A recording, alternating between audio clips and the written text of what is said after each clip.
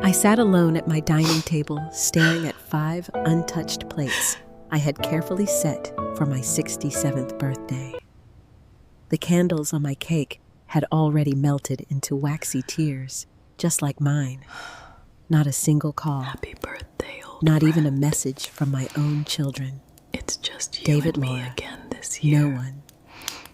I whispered happy birthday to myself and closed my eyes, trying not to feel invisible.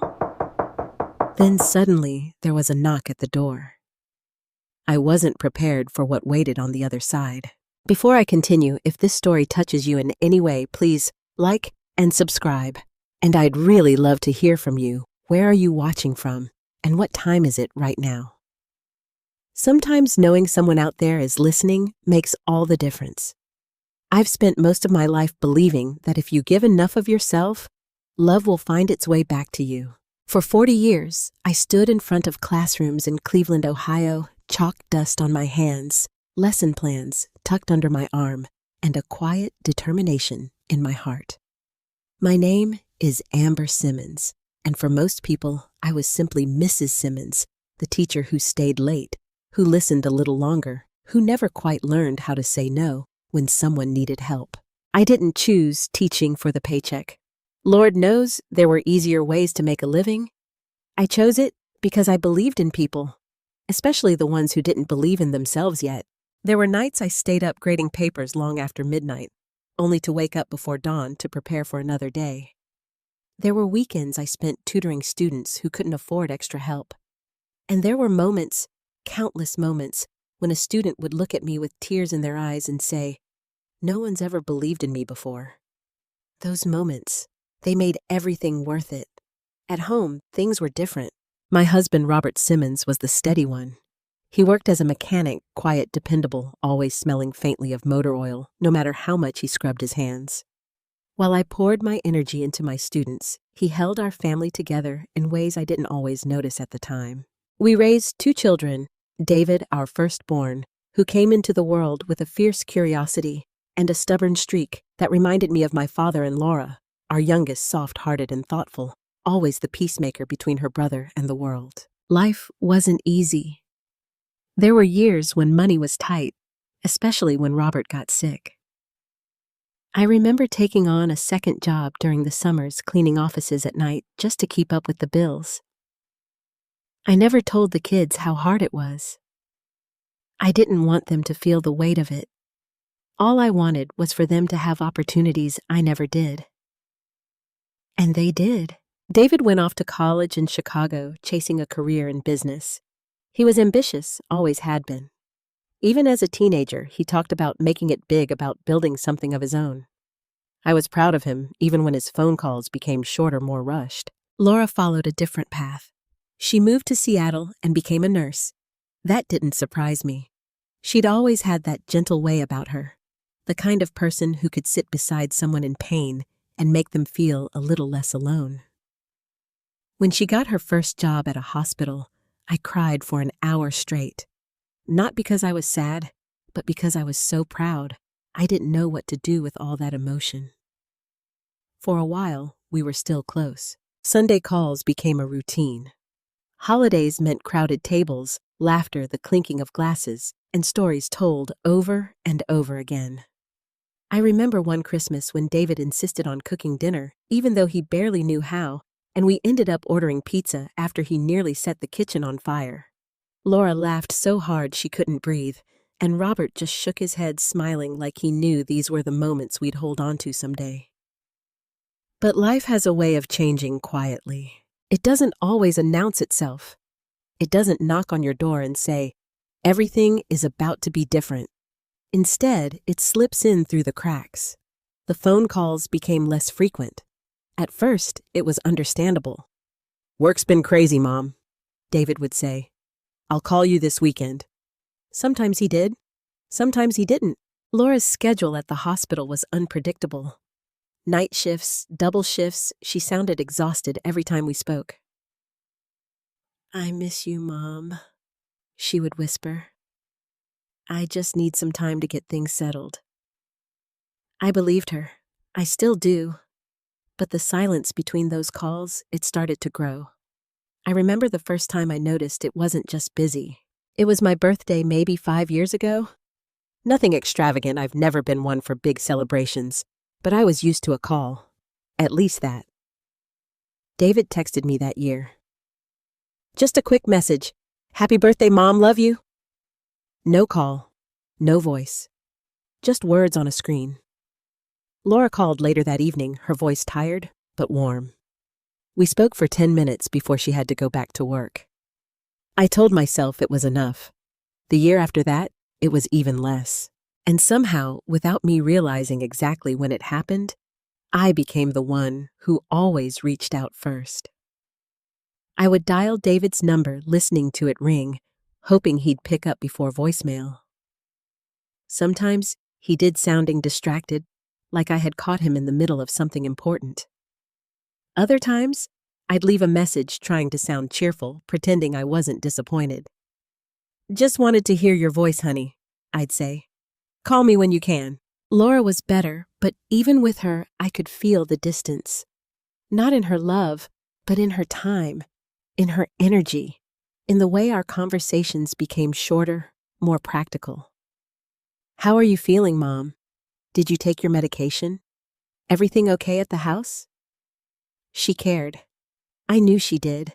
But somewhere along the way, I stopped being a part of their daily lives and became someone they checked in on. After Robert passed away 10 years ago, the house grew quieter in ways I still haven't gotten used to. His chair by the window stayed empty. His tools in the garage remained exactly where he left them, as if he might walk back in at any moment and pick them up again. I thought maybe the kids would visit more often after that. For a while they did. David flew in for the funeral, stayed a few days. Laura took time off work and sat beside me every night, holding my hand while I cried myself to sleep. But grief fades differently for everyone. They had their lives to return to, jobs, responsibilities, futures they had worked so hard to build.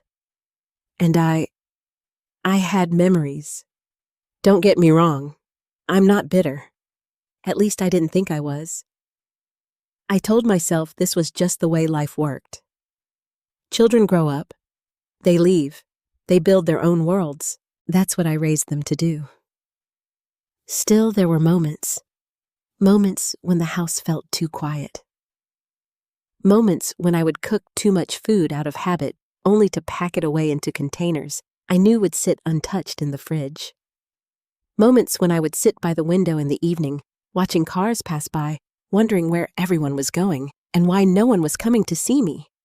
And every year, when my birthday came around, I told myself the same thing. This year will be different. But deep down, a small voice inside me had already begun to whisper something I wasn't ready to hear. What if it wouldn't be?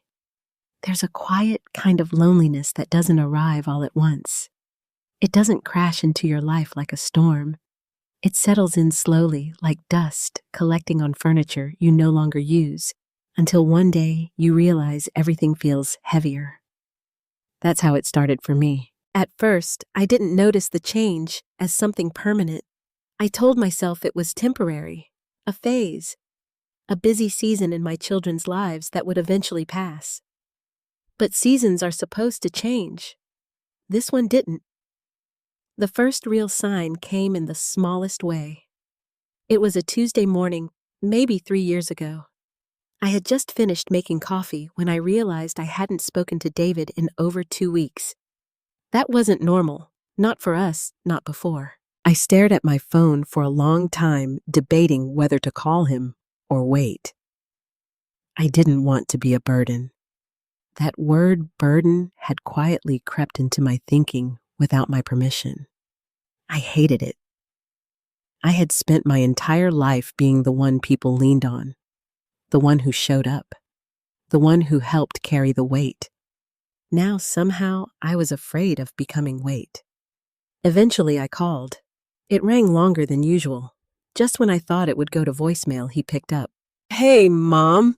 he said, his voice distracted like he was already halfway somewhere else. "Hi, sweetheart," I replied, trying to sound light. "I just wanted to check in, see how you're doing." "I'm good." "Just hey, Mom," he said, his voice distracted like he was already halfway somewhere else. "Hi, sweetheart," I replied, trying to sound light. "I just wanted to check in, see how you're doing." "I'm good, just busy. Work's been insane lately." I nodded, even though he couldn't see me. "Of course, I figured." There was a pause. The kind of pause that used to feel comfortable between us, but now felt like something we didn't know how to fill anymore. "I should probably get back to it," he added quickly. "But I'll call you this weekend, okay?" "Okay," I said. He didn't. I told myself not to take it personally. But something inside me shifted that day. Laura was different, but not by much. She still called more often, but her voice carried a kind of exhaustion that made me hesitate to say too much. I could hear it in the way she spoke, like every word cost her energy she didn't have to spare. One evening, she called me after what sounded like a long shift. "I lost a patient today," she said quietly. My heart clenched. "Oh, honey, I'm so sorry." We talked for a while after that. Or rather, I listened. She needed someone to hold space for her grief, and I was more than willing to do that. But when the conversation ended, I realized something. We hadn't talked about me at all. Not that I needed to be the center of attention. That wasn't it. It was just, I didn't exist in her world the way I used to. I had become a safe place she could visit when she needed comfort, but not a place she lived in anymore. Even holidays began to change. Thanksgiving used to mean a full house laughter echoing through every room, the smell of turkey and cinnamon filling the air. Robert would carve the turkey, David would argue about politics, and Laura would roll her eyes and try to keep the peace. After Robert passed, I tried to keep those traditions alive. The first year, both kids came. It wasn't the same, but it was something. The second year, David said he couldn't make it. Too much work. Laura came, but only for a day.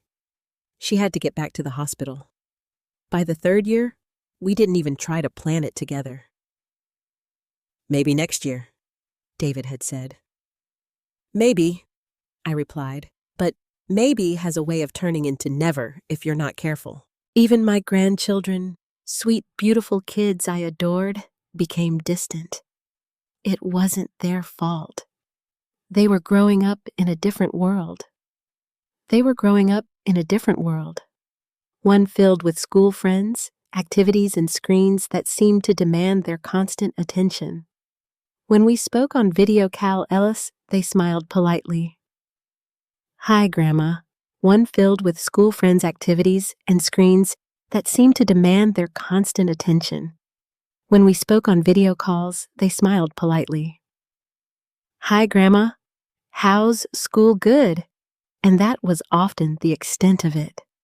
I would ask questions, try to draw them out, but I could feel the gap between us widening with every passing year. They didn't know me the way my children once had, and I didn't know how to change that. Still, I held on to certain rituals, birthdays especially. I've never needed big celebrations, no parties, no crowds, just something simple. A call, a shared moment, a reminder that I was still part of something. Every year, I would tell myself not to expect too much. Be grateful for whatever comes, I'd whisper as the day approached. But hope is a stubborn thing. It doesn't listen to reason. About 2 years ago, on my birthday, I woke up early and made myself pancakes. It felt silly, but I wanted the day to feel a little special, even if I was the only one there to experience it. I kept my phone nearby all morning. Nothing. By noon, I checked it more often than I'd like to admit. Still nothing. Around 2 p.m., a text from Laura came through. "Happy birthday, Mom. Sorry I'm at work all day. Love you." I smiled at the screen, typing back quickly before the moment could pass. "Thank you, sweetheart." I love you too. I waited for a reply. It never came. David texted later that evening. Happy birthday, no punctuation, no follow-up, just 2 words. I stared at the message for a long time, trying to decide how it made me feel. Grateful, disappointed, invisible. I settled for grateful. It was easier that way, but something inside me had already begun to understand a truth I wasn't ready to say out loud. I was no longer a priority. And then there were the smaller things, the things no one talks about, like how I stopped cooking full meals unless I had to because it hurt too much to see leftovers pile up, or how I started leaving the television on even when I wasn't watching it just to fill the silence, or how I caught myself talking out loud sometimes as if someone were still there to answer. I'm going to the store, I'd say. I'll be right back. No one replied. Of course they didn't. And yet I kept saying it, because the alternative, the complete absence of sound, felt unbearable. By the time this year's birthday approached, I told myself I was prepared. No expectations, I said firmly, standing in front of the mirror a week before. You're stronger than this, but strength doesn't mean you stop hoping. It just means you learn how to hide it better. And deep down, beneath all the logic and all the careful self-protection, there was still a part of me that believed maybe this year would be different. This year, I told myself I wouldn't prepare anything special. No decorations, no elaborate meal, no setting the table for people who might not come. That was the plan. But plans have a way of falling apart when they're built on top of hope. The morning of my birthday, I woke up earlier than usual. For a moment, I didn't remember what day it was. The house was quiet, just like every other morning. Sunlight filtered softly through the curtains, casting pale golden lines across the living room floor. Then it hit me. My birthday. 67. I lay there for a while, staring at the ceiling, listening to the faint hum of the refrigerator in the kitchen. It was such an ordinary sound, but that morning it felt louder, like it was filling a silence that shouldn't have been there. Don't expect anything, I whispered to myself. But even as I said it, I reached for my phone. Nothing. No missed calls, no messages, no notifications. I placed it back on the nightstand, face down this time, as if that might make it easier not to check again. I got out of bed, slowly, my joints reminding me that time had indeed passed. 67 wasn't old, I told myself. Not really, but it wasn't young either. In the kitchen, I made coffee out of habit. The smell filled the room, warm and familiar, wrapping around me like something comforting. I stood there for a moment, holding the mug in both hands, staring at the empty chair across from the table, the one Robert used to sit in. Happy birthday, Amber, I said quietly. The words felt strange out loud. Still, I smiled, because if I didn't say it, no one else might. I tried to keep the day simple. I really did. I told myself I would treat it like any other day. Maybe read a book. Maybe go for a walk if the weather held up. But around mid-morning, I found myself opening the refrigerator, and then the pantry, and then the cabinet where I kept the good plates. Before I knew it, I was planning a meal. Not a big one. Just something small. I told myself it was for me. But as I stood there pulling out ingredients, I caught myself thinking David likes roasted chicken with rosemary. Laura always loved mashed potatoes extra butter, just the way her father used to make them. I froze for a second, my hand resting on the countertop. Why am I doing this? I could have stopped right there. Put everything back.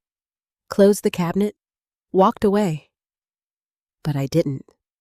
Instead, I kept going. Because hope doesn't ask permission. It just moves your hands without you realizing it. By noon, the kitchen smelled like a Sunday dinner from years ago. Chicken roasting in the oven, potatoes boiling on the stove, green beans sautéing with garlic.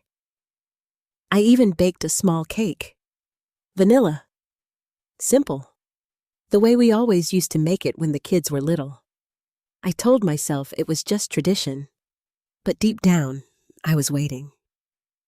I set the table around 2 p.m., 5 plates, 5 glasses, 5 sets of silverware placed carefully evenly spaced, just like I had done for decades. I stood back and looked at it. For a moment, I could almost hear the echoes of the past, the laughter, the overlapping conversations, Robert's deep voice cutting through it all. It felt so real and yet so far away. I checked my phone again. Still nothing. Maybe they're planning something, I murmured. Maybe they're waiting until dinner. Maybe they want to surprise me. I held on to that thought like it was something fragile. Afternoon turned into evening. The sunlight shifted, fading slowly as shadows stretched across the floor. At 5 p.m., I reheated the food slightly just in case. At 6 p.m., I lit the candles on the table. At 7 p.m., I checked my phone again. Nothing. No missed calls, no messages, no, sorry I'm late, no, on our way. Just silence. The kind of silence that presses against your chest until it's hard to breathe. I sat down at the table. For a while, I didn't move. I just stared at the empty chairs.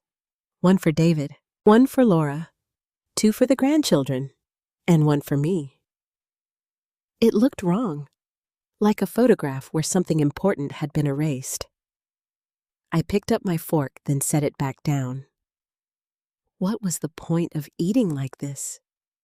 I stood up again, pacing slowly around the room, trying to shake the feeling creeping up inside me.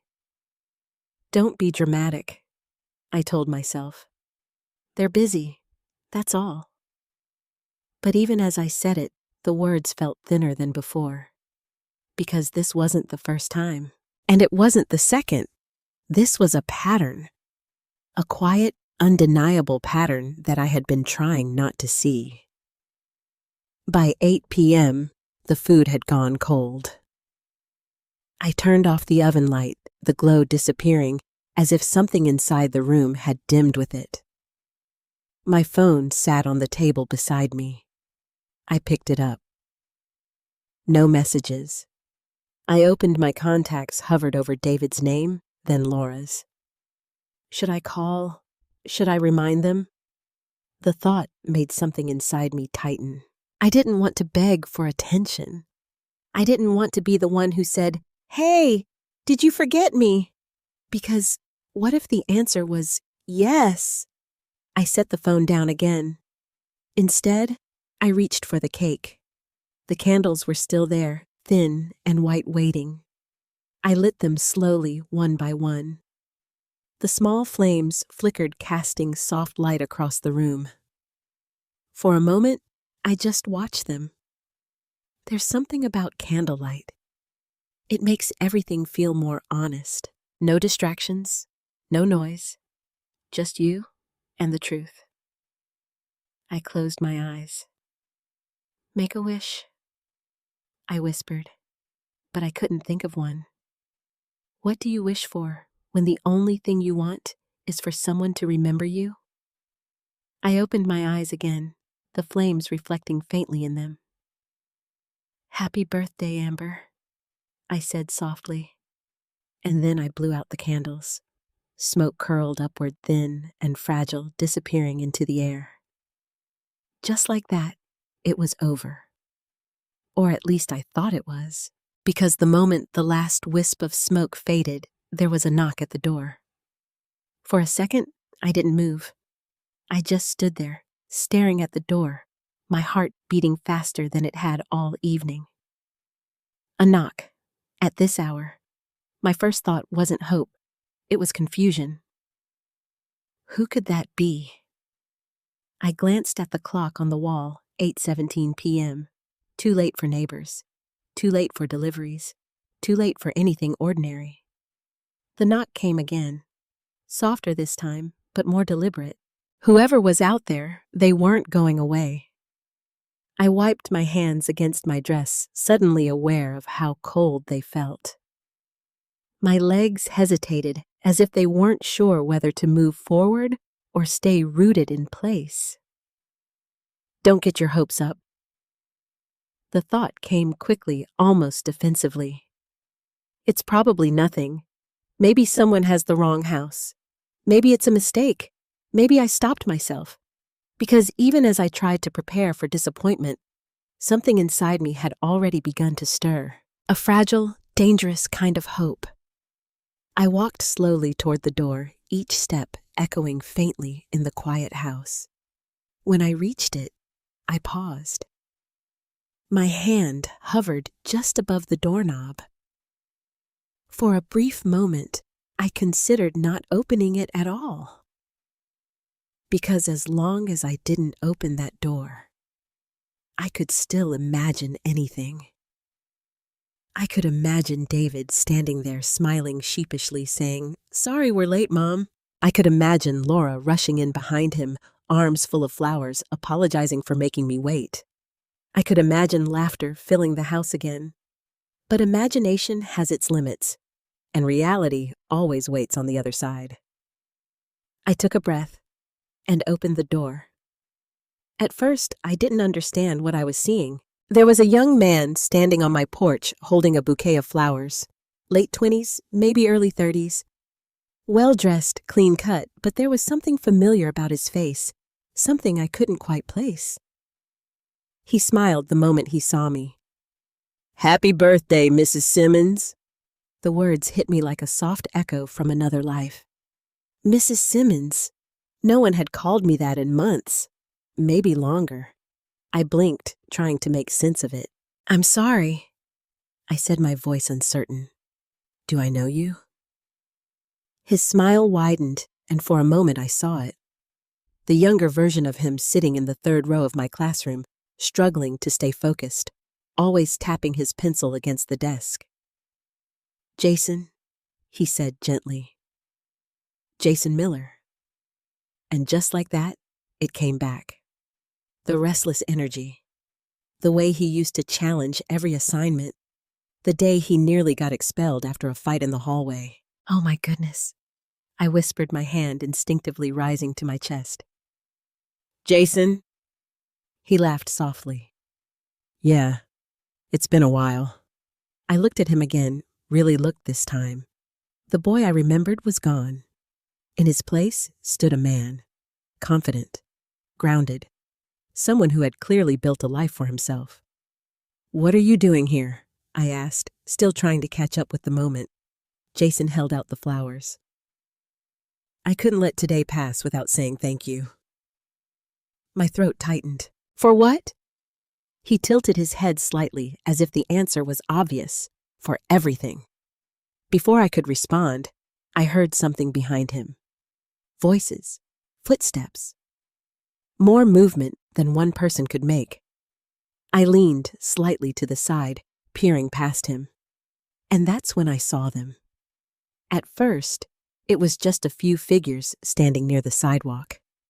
Then my eyes adjusted. There weren't just a few. There were dozens. People of different ages, different heights, different faces, all standing there, looking toward my house. Toward me. My breath caught. What I whispered.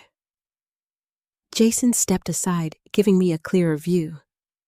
And suddenly, everything expanded.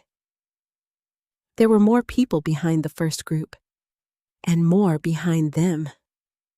The entire street was filled. I saw familiar faces mixed with strangers, faces from years ago, students I had taught decades earlier. Some older now with gray at their temples, some younger, barely out of college. All of them looking at me with something I hadn't felt directed at me in a very long time.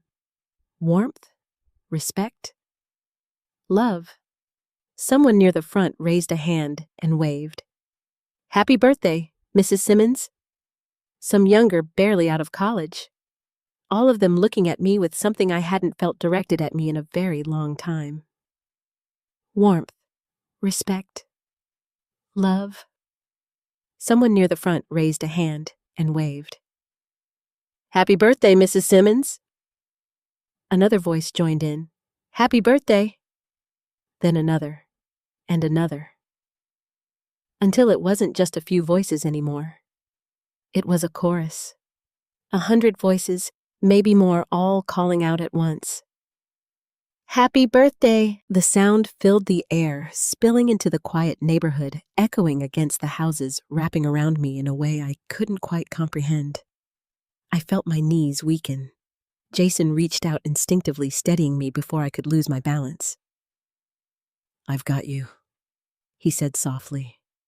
I nodded, but I wasn't sure I was really there, because this didn't feel real. Just minutes ago, I had been sitting alone at my table, convinced that I had been forgotten, completely. And now, there were people.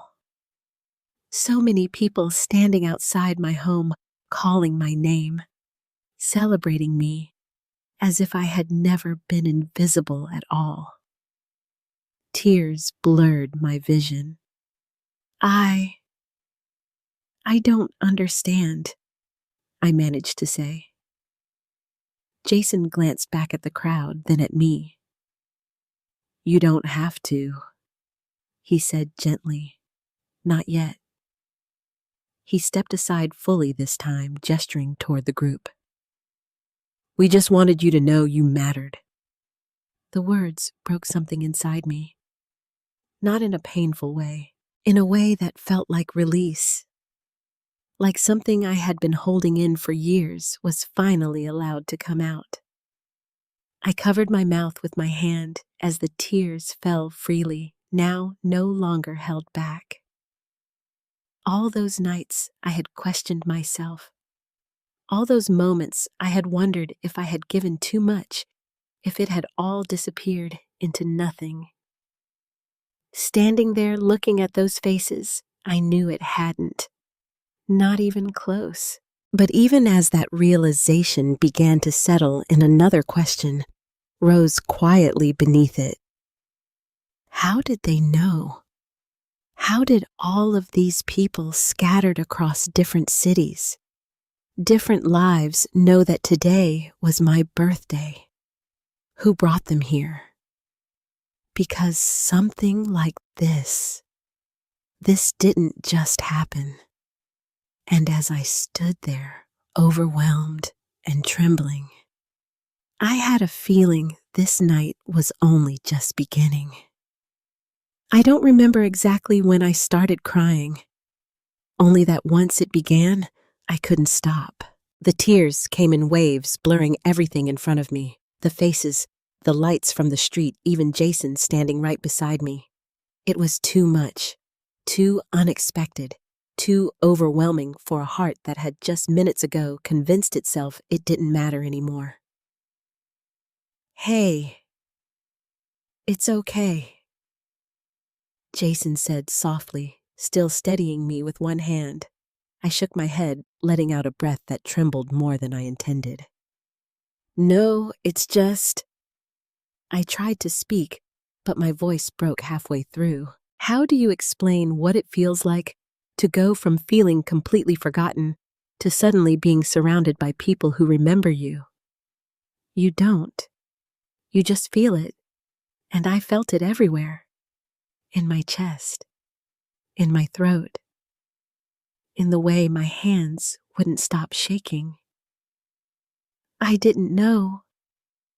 I finally managed my voice barely above a whisper. Jason gave me a gentle smile. That's kind of the point.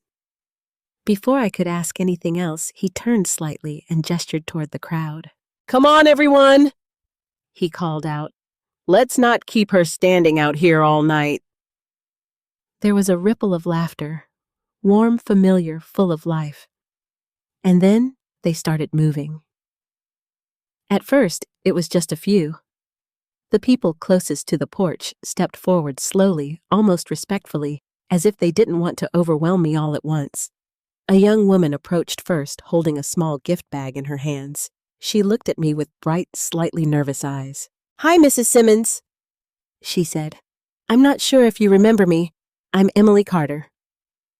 The name hit me like a distant echo. Emily. It took a second, but then I saw it, the girl who used to sit near the window, always quiet, always reading, always trying to make herself smaller than she really was. Emily? I repeated softly. Her face lit up instantly. You do remember. Of course I do, I said, reaching out without thinking and taking her hands in mine. You were one of my best writers. Her eyes filled with tears. You're the reason I became one. My heart skipped. What do you mean? She laughed softly, shaking her head as if she couldn't quite believe it herself. You stayed after school with me for weeks, helping me rewrite my college essay. You probably don't remember. I remember, I interrupted gently. And I did. A shy girl, a broken home, a dream she didn't think she deserved. You told me my story mattered. Emily continued, her voice trembling now. No one had ever said that to me before. I swallowed hard, feeling something tighten in my chest. And now? I asked quietly. She smiled through her tears. I run my own publishing company in Seattle. For a moment, I couldn't speak. All those years, all those students, all those small moments I thought had disappeared into the past, they hadn't. They had grown into something I never got to see. Emily, I whispered, pulling her into a hug before I could stop myself. She hugged me back tightly, like she had been waiting years for that moment. And just like that, the line began. One after another, they came forward, each with a name, a face, a memory, a story. Marcus Reed said, a tall man with a calm, steady presence. You pulled me out of detention every single day until I finally started showing up to class. I laughed through my tears. You were impossible, he grinned. Yeah, but you didn't give up on me. What do you do now? I asked. He straightened slightly. I'm a police officer. Of course he was. There was always something protective about him. He grinned. Yeah. But you didn't give up on me. What do you do now? I asked. He straightened slightly. I'm a police officer. Of course he was. There was always something protective about him even back then. Another student stepped forward. Lily Thompson, she said softly. You used to bring me lunch when you thought I hadn't eaten. My heart clenched. I didn't want anyone to know, she added quickly. But I think you always knew. I nodded slowly. Some things you don't have to be told. She smiled, tears slipping down her cheeks. I'm a social worker now, she said. I help kids like I used to be. I closed my eyes for a second, overwhelmed all over again. This was bigger than a birthday. This was something else entirely. Something I had never allowed myself to imagine. As more students filled the house, my house, the same quiet space that had felt so empty just an hour ago, I found myself stepping back, watching it all unfold like a dream. The living room filled with laughter. Voices overlapped. Someone turned on music. Others began setting down food, drinks, decorations I hadn't even noticed they were carrying. At some point, someone relit the candles on my cake, and suddenly, the same table that had felt like a symbol of loneliness was surrounded, full, alive. Jason found his way back to my side. You doing okay? He asked. I nodded, though I wasn't sure okay was the right word. I don't know what to say, I admitted. You don't have to say anything, he replied. Just be here. I looked around the room again, at the faces, at the smiles, at the people who had once been children sitting in my classroom. now standing in my home as adults with lives, careers, families of their own. All because in some small way I had been part of their story. And then it hit me, a question I hadn't asked yet. How did you all find each other? I asked, turning back to Jason. There are so many of you from so many different years. Jason exchanged a quick glance with a few others nearby. Something passed between them, something unspoken. Then he looked back at me. Well, he said slowly, that's actually the interesting part. I felt my breath catch again. Because there it was, that feeling. The one that told me this night wasn't just about what I was seeing. There was something else beneath it, something I didn't know yet, something waiting to be revealed. And for the first time since opening that door, I realized this surprise wasn't just from them. I didn't realize how many of them there were until I stepped outside. At some point, somewhere between the hugs, the laughter, and the overwhelming blur of faces, I found myself moving past the doorway, past the porch, and onto the front steps. Jason stayed close beside me, as if he knew I might need something to hold on to. And when I looked out across the yard, my breath caught all over again. They weren't just filling the street anymore. They were everywhere. Across the lawn, along the sidewalk, standing in small clusters, talking, laughing, waiting their turn. Some held candles. Others carried handmade signs.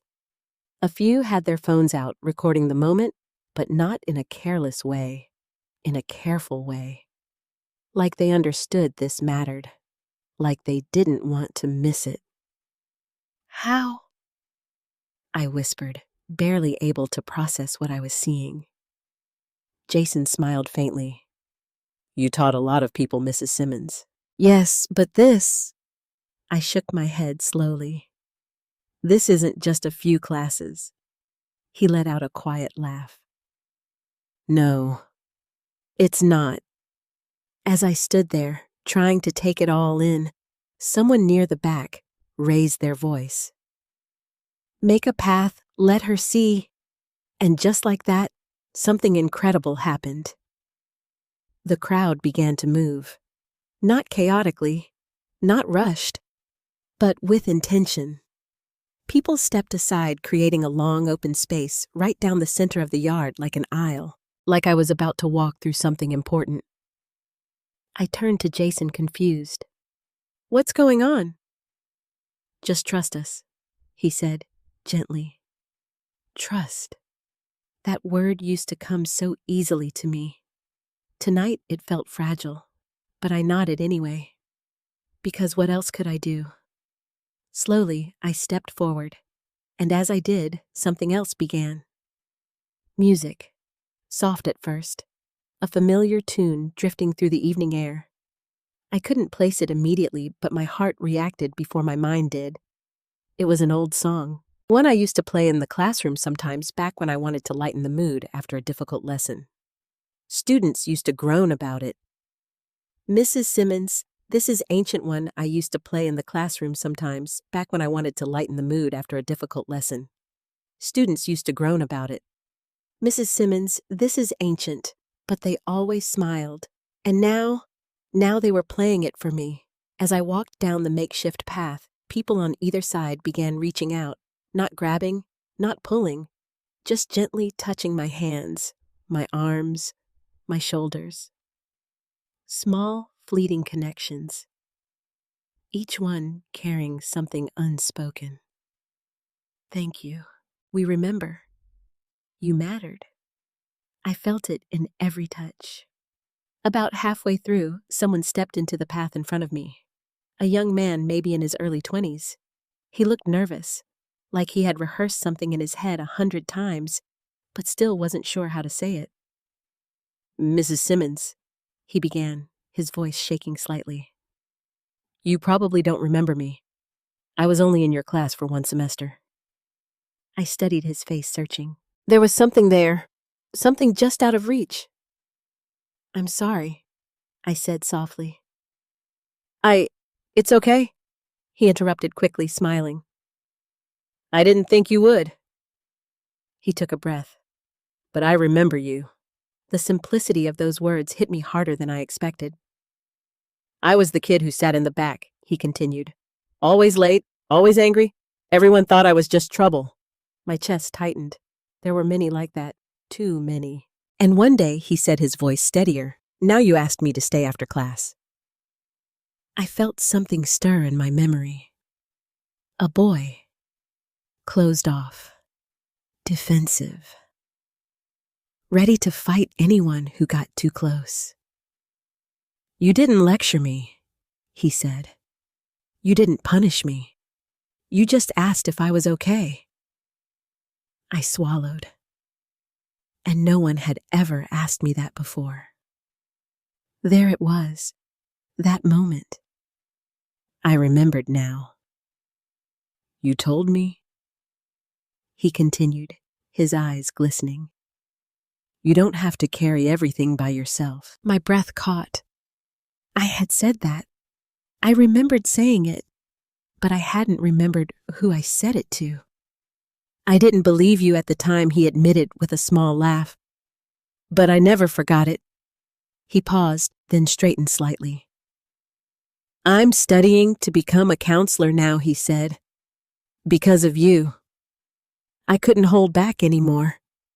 The tears came again, heavier this time. Not from sadness, from something deeper, something fuller. Thank you, he added quietly. I stepped forward and hugged him, my arms wrapping around him like I wished I could have done all those years ago. You were never just trouble, I whispered. When I pulled back, I noticed something else. More people stepping forward. Not all at once, but enough. Each with their own story. Each with their own reason for being there. The line didn't seem to end. And the longer I stood there, the more I began to understand something I hadn't fully grasped before. This wasn't just a gathering. This was a testimony. A living, breathing collection of moments I had lived but never seen from the other side. Every late night, every extra hour, every quiet conversation after class. They had mattered, more than I ever allowed myself to believe. Eventually, I found myself back near the porch again, surrounded, supported, completely overwhelmed in the best possible way. The house behind me, once silent and empty, was now filled with voices, laughter spilling out through the open door. The yard in front through the open door. The yard in front of me, still and quiet, was alive with people who had chosen to be there. Chosen. That word settled deep inside me. Because that's what this was. Choice. They didn't have to come. They had lives, jobs, families, and yet of me, once still and quiet, was alive with people who had chosen to be there. Chosen. That word settled deep inside me. Because that's what this was. Choice. They didn't have to come. They had lives, jobs, families, and yet they came. For me. Jason stepped closer again, watching my expression carefully. You're starting to see it, aren't you? He said softly. I nodded, unable to find the right words. But even as that realization took hold, that same question returned, stronger now, more persistent, because something still didn't make sense. All of this, the people, the planning, the coordination, it was too big, too organized, too intentional. How did this happen? I asked finally, my voice quieter now but steadier. Jason didn't answer right away. Instead, he glanced at a few others nearby. A silent exchange. Then he looked back at me. And for the first time that night, I saw something different in his expression. Not just warmth, not just pride, but hesitation. Like he was standing on the edge of something important, something that would change how I saw everything. "Well," he said slowly, "this is the part we weren't sure how to tell you."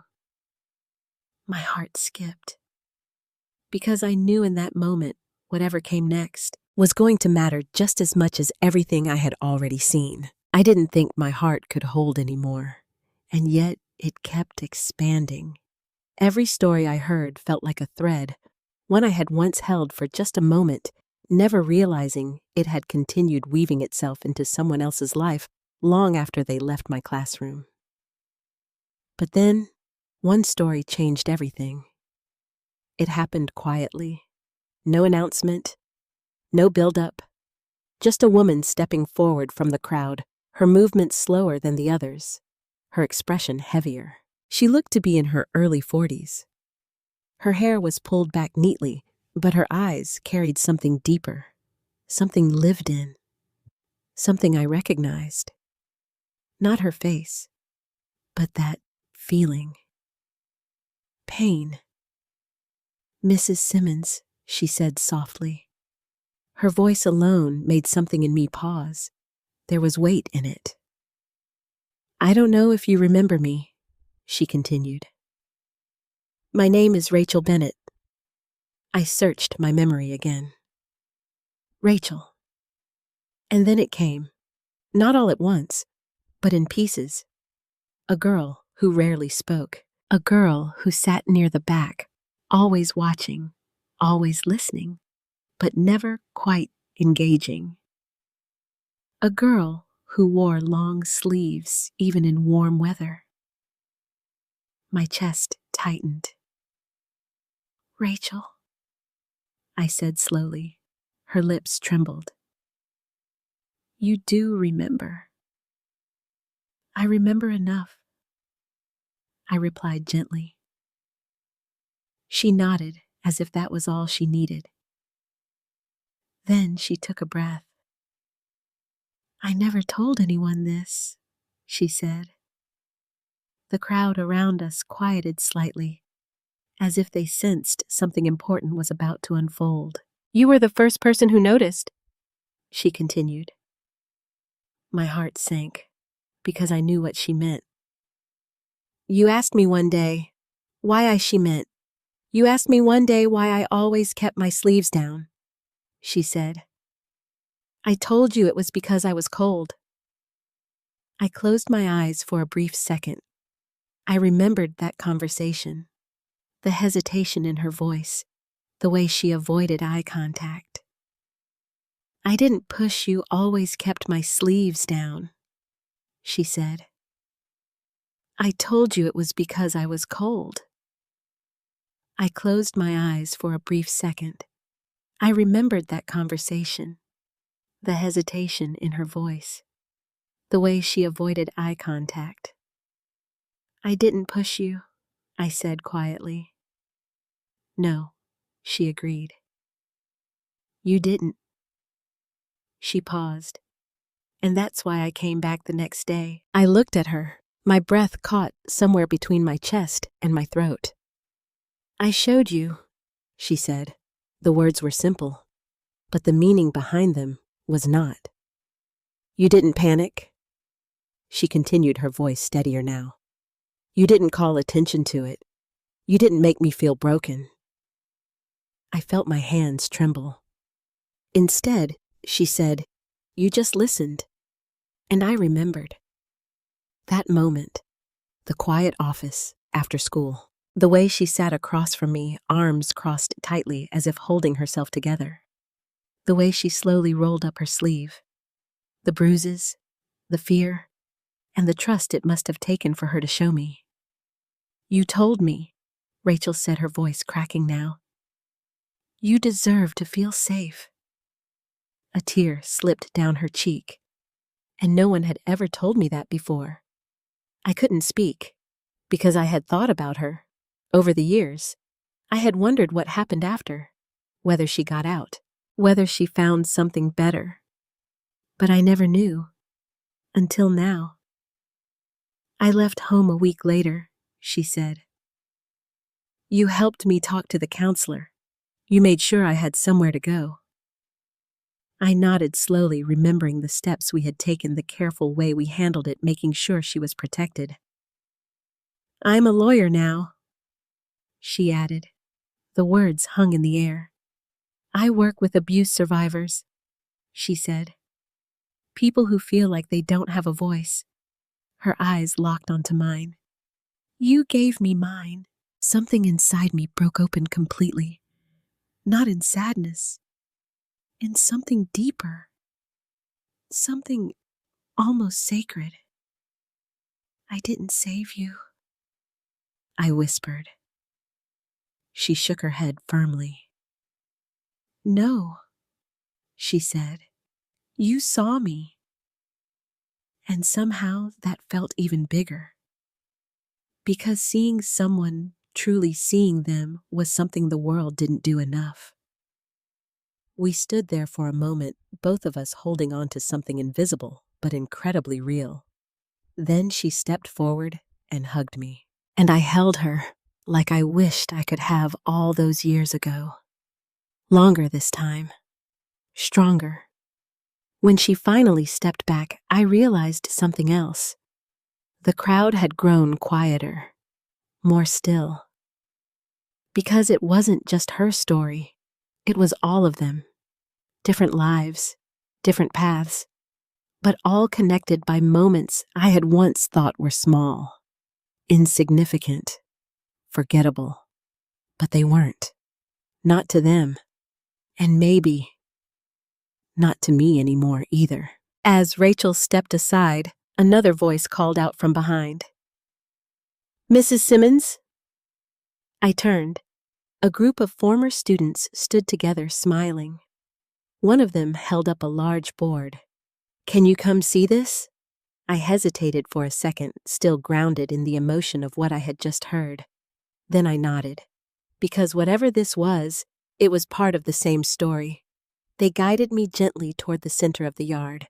The board was covered in photographs, hundreds of them, old classroom pictures, field trips, graduations, candid moments I didn't even remember being part of. And in the center, a message, handwritten, bold. You changed more lives than you'll ever know. My hand rose to my mouth again, tears returning without resistance. Because for so long I had believed the opposite. I had believed that maybe I had given everything and it had disappeared. But standing there, surrounded by living proof, I knew that wasn't true. Not even close. And yet, as overwhelming and beautiful as this moment was, that same question still lingered. Stronger now, more urgent, because this, all of this, didn't just happen by chance. Someone had started it. Someone had gathered these people. Someone had brought all these stories back to me. I turned, slowly scanning the faces again. Jason, Emily, Marcus, Rachel, so many others. All connected, all present, all here because of something or someone. And as that realization settled deeper into my chest, I felt it. That shift. That quiet sense that the biggest part of this story still hadn't been revealed. The air shifted. I couldn't explain it any other way. It wasn't something you could see or touch, but you could feel it. Like the entire night had been building towards something, and we had just reached the edge of it. I looked at Jason waiting. The noise around us softened, not completely, but enough that his voice wouldn't be lost in it. You asked how this all happened, he said. I nodded slowly. Yes. He took a breath, glancing briefly over his shoulder as if making sure something or someone was ready. This didn't start tonight, he continued. And it didn't start with me. Something in my chest tightened, then who I asked. Jason hesitated. Not long, but long enough for me to notice. And that hesitation told me everything I needed to know. Whoever it was, this mattered. A few months ago, he began someone reached out to me online. I frowned slightly, trying to follow. Online. There's a group, he explained. Former students, people you taught over the years. It's not very organized, just a place where people share memories, check in sometimes. I blinked. There's a group about me? He smiled faintly. You didn't know? I shook my head. Of course I didn't. Why would I? I had always assumed that once my students left my classroom, they moved on. That was the natural order of things. You teach, they leave, and life continues.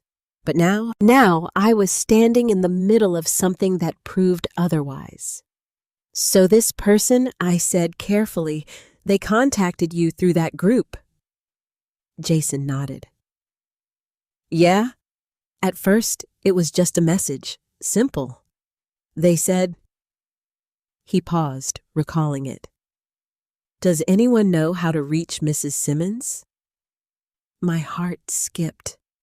There was something about that question, something that felt both small and incredibly significant at the same time. Why, I asked. Jason looked at me directly now. Because they wanted to find you. The words settled heavily in my chest. Find me. As if I had been lost. Maybe I had. And then what? I pressed gently. At first, no one really responded, he said. Not right away. It had been years since anyone posted anything in that group. I glanced around at the crowd again. Hard to believe now. But then, he continued. One person replied. Then another. Then more. I could almost see it happening in my mind. A ripple. A spark catching hold. And suddenly, Jason said people started sharing stories. About you. About things you did. Things you probably don't even remember. I swallowed. I don't remember most of it, I admitted quietly. He nodded, as if that didn't surprise him at all. Yeah, he said. That was kind of the point. I felt my throat tighten again, because I was starting to understand. These weren't just random memories. They were pieces of something larger, something that had grown quietly without me ever seeing it.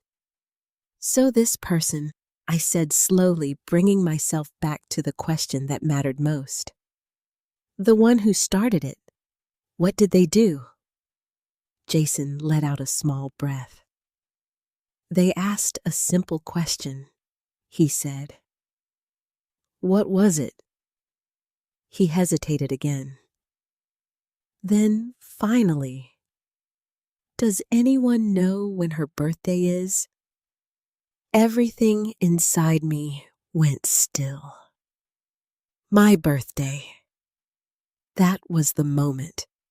That was when this stopped being coincidence and became intention.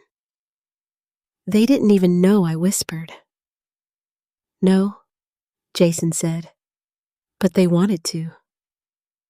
I felt something shift inside me, something softer now, more fragile.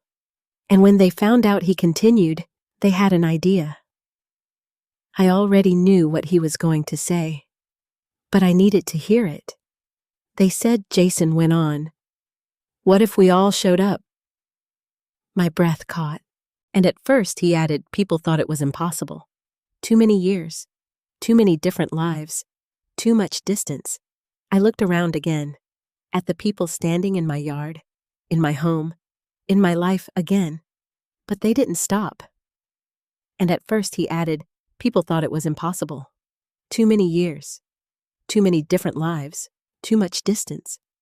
I looked around again, at the people standing in my yard, in my home, in my life again. But they didn't stop, Jason said. Who didn't? I asked. That person, he replied. The one who started all of this? I felt my pulse quicken, because now we were getting closer. closer to the truth.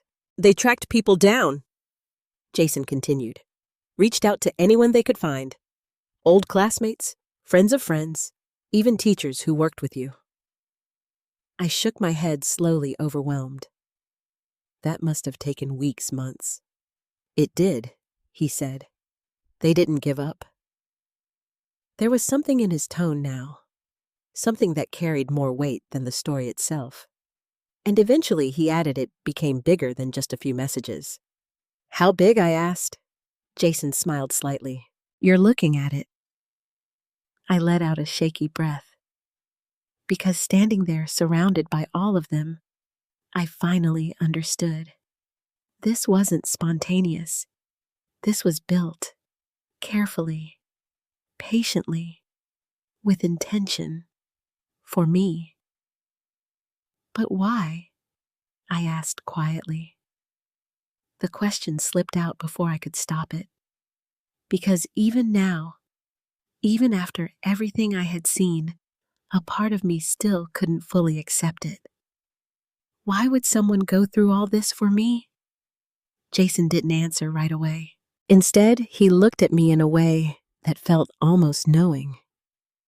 Because of what you did, he said simply. I shook my head. No, I said. That's not enough to explain this. And it wasn't. Helping students, caring, showing up. That was my job.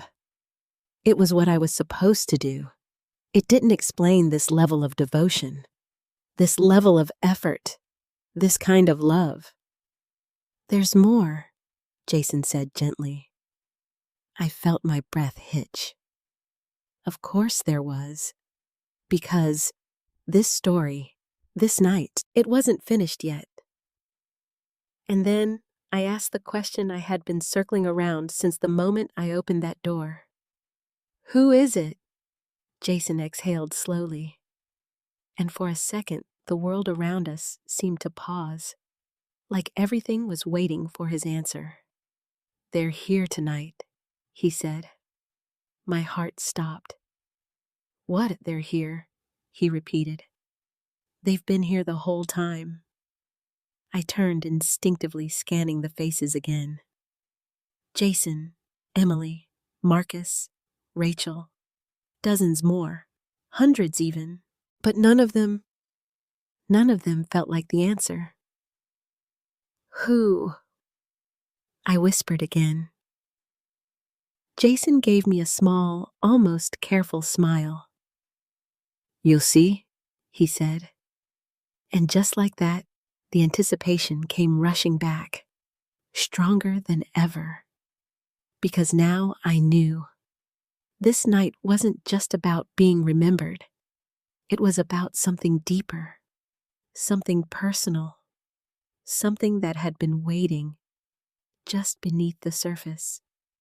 And whatever it was, whoever it was, they were about to step forward.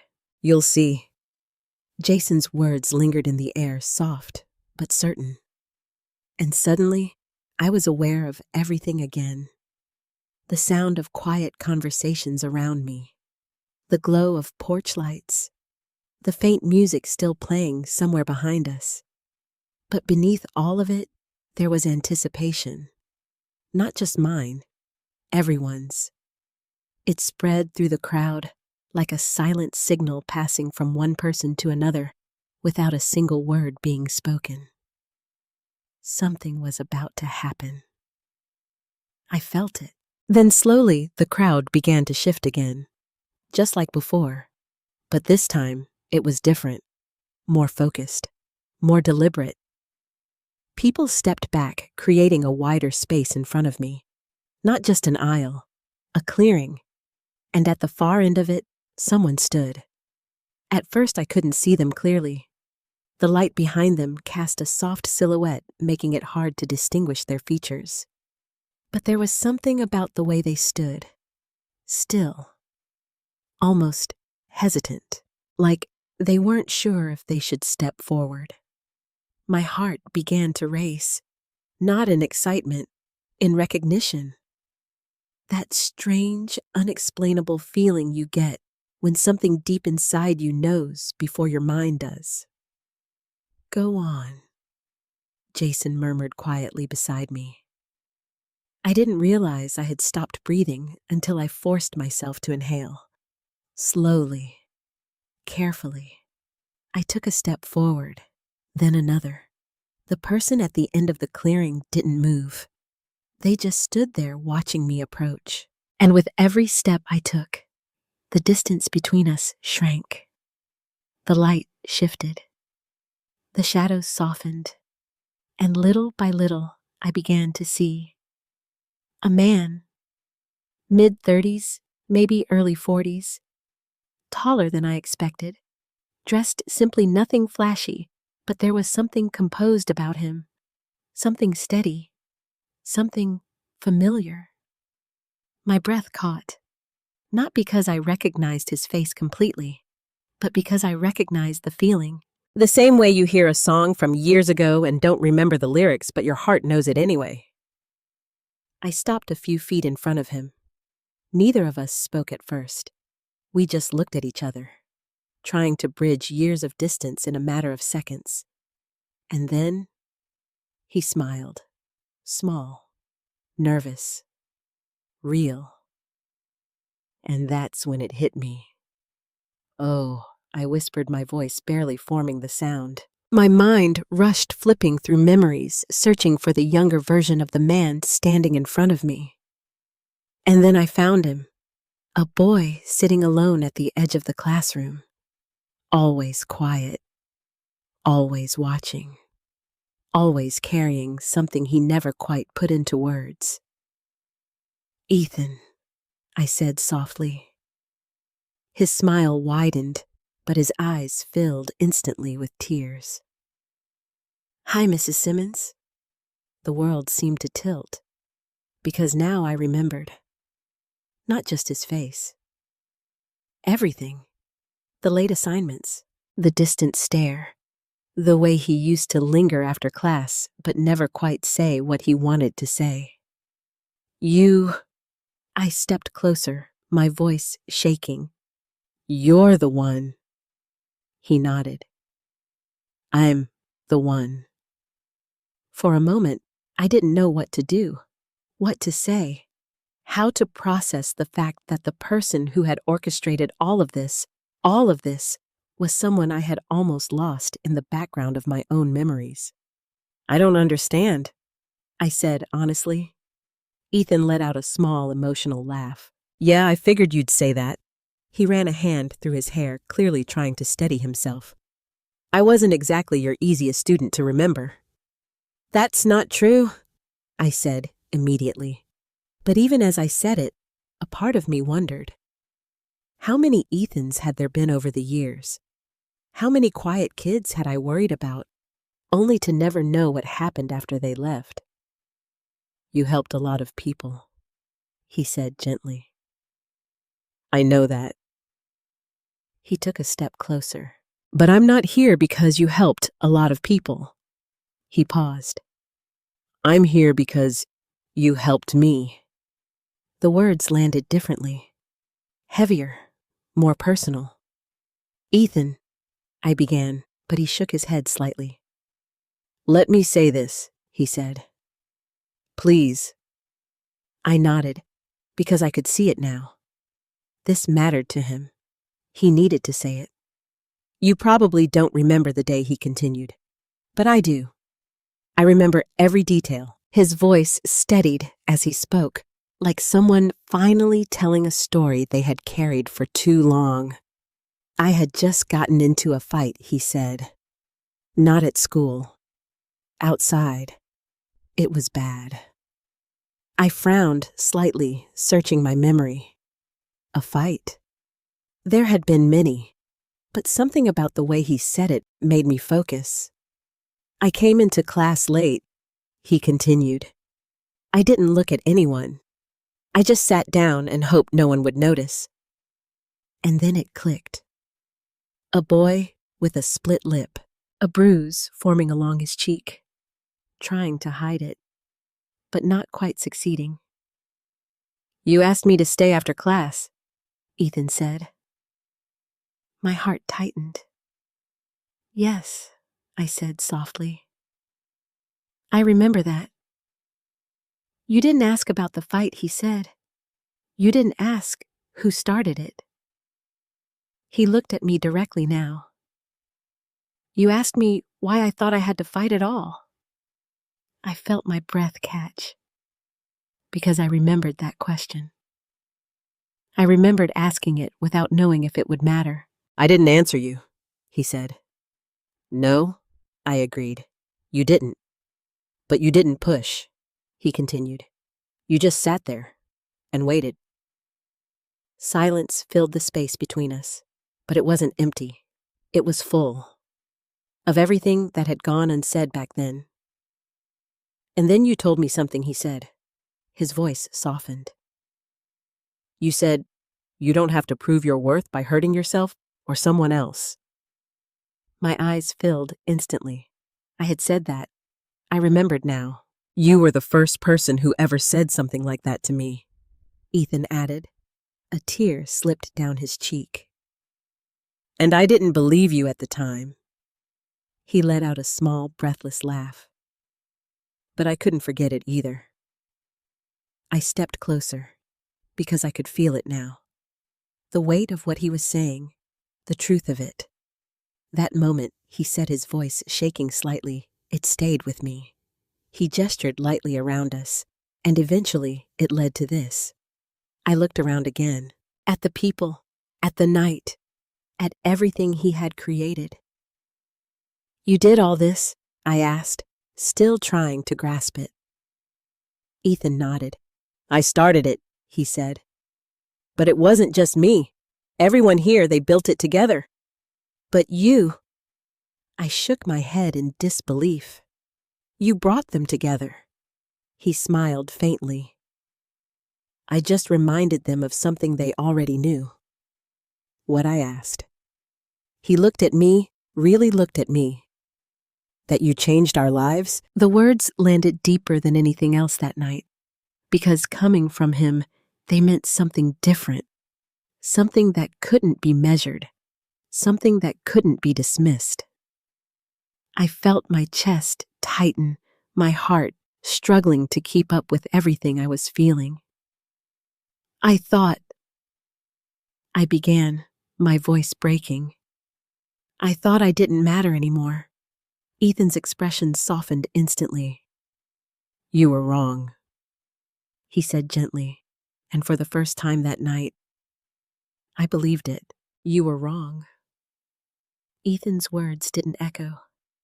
They settled. Deep, quiet, like something that had been waiting years to finally find its place inside me. For a moment, I just stood there, looking at him, really looking this time. Not just as a former student, not just as the person who had somehow brought all of this together, but as someone who had carried something for a long time. Why now? I asked softly. The question slipped out before I could stop it. Why tonight? Ethan hesitated, not because he didn't have an answer, but because the answer mattered. I could see it in the way his shoulders shifted slightly, in the way his gaze dropped just for a second. Then he looked back at me. Because of what I saw, he said. A small chill ran through me. What do you mean? He exhaled slowly. I didn't plan this at first, he admitted. Not like this, not this big. I glanced around again, still overwhelmed by the sheer number of people. Then what changed, I asked. Ethan's expression softened, but there was something else beneath it now. Something heavier. I came by your house, he said. My heart skipped. You what? A few months ago? He continued. I was in town for work. I thought about you. I don't know why, just one of those things, I guess. I stayed still, listening. I didn't knock, he added quickly. I didn't want to intrude. I just drove past. A strange feeling settled in my chest. Not fear, not discomfort, something closer to vulnerability. And I asked quietly. Ethan swallowed. "And I saw you," he said. The words were simple, but the way he said them, it wasn't casual. It wasn't neutral. It meant something. "I saw you sitting by the window," he continued, "alone." My breath caught, because I knew exactly what moment he was talking about. Late afternoon, the sun coming in at an angle, the house too quiet, too still. I remember thinking he said slowly that didn't feel right. I frowned slightly. "What didn't you?" he said. The word landed softly but firmly. "You weren't supposed to look like that." I let out a small, almost humorless breath. And what was I supposed to look like? I asked not unkindly, but honestly. Ethan didn't smile. "Not invisible," he said.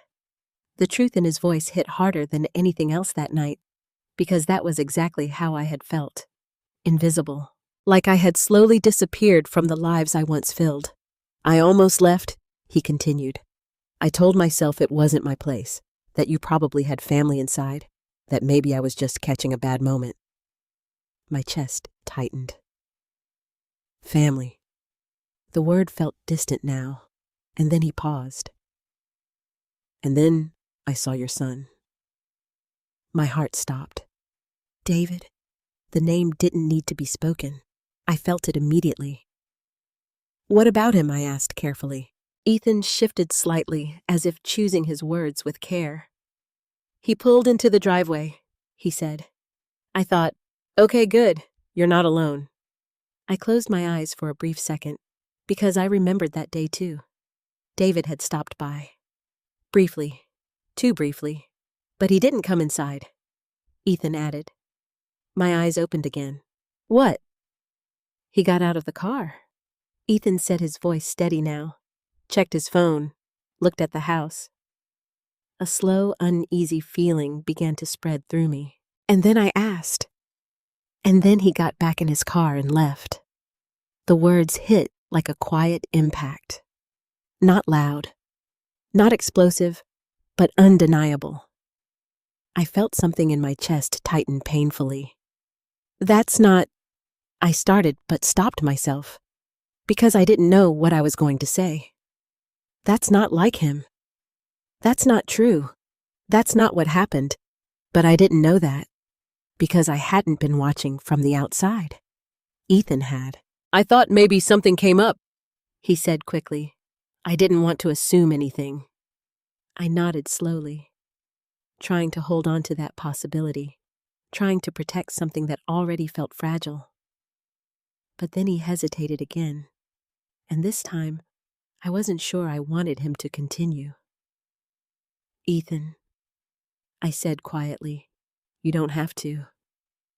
"I do," he said gently, and there was no anger in his voice, no judgment, just truth. "Because that's when I realized something," he continued. I felt my hands grow colder. "What I asked." He looked at me carefully.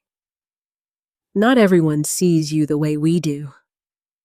The words landed softly, but they cut deep, because I understood them, immediately, without explanation.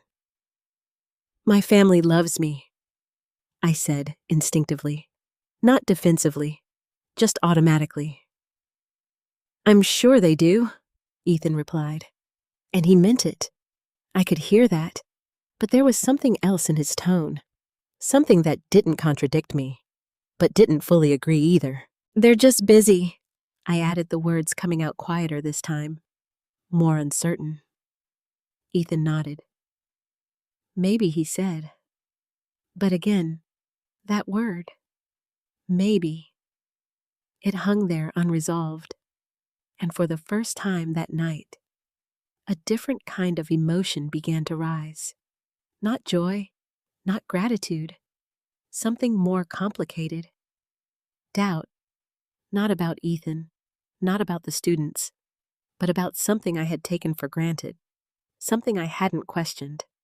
Until now. I didn't mean to upset you, Ethan said softly. I shook my head quickly. No, I said. You didn't, but my voice didn't sound as steady as I wanted it to, because the truth was, something had shifted. Something inside me had cracked open just enough to let a new question in, a question I wasn't ready to answer, but couldn't ignore either. Ethan stepped a little closer. That's when I decided to do something, he said. To remind you, he added, that even if some people forget, he glanced around at the crowd. We didn't. I followed his gaze, at the faces, at the people who had come, who had chosen to be here, who had shown me something my own life hadn't reflected in a long time. And suddenly, the contrast became impossible to ignore. On one side, a house that had felt empty. On the other, a yard filled with people who refused to let me feel that way. My throat tightened again. But this time, it wasn't just emotion. It was realization. And realization can be painful, because it forces you to see things you once avoided. I took a slow breath, trying to steady myself, trying to hold on to everything at once. Gratitude, confusion, love, and something else, something I hadn't fully named yet. I need a moment, I said quietly. Ethan nodded immediately. Of course. I turned slightly, looking back at my house, at the open door, at the life I had been living just hours ago, and for the first time, I wasn't sure it looked the same anymore. I stood there longer than I meant to, looking at my house, but not really seeing it, not the way I used to. Just hours ago, it had felt familiar, safe, predictable. Now, it felt like a place I had been living in without truly looking at. I need a moment. I had said that, but the truth was, I needed more than a moment. I needed to understand something I had spent years avoiding. Behind me, the laughter continued, the music, the voices, the warmth, and in front of me, silence. A quiet house that suddenly felt too quiet. Amber Ethan's voice came gently from behind me.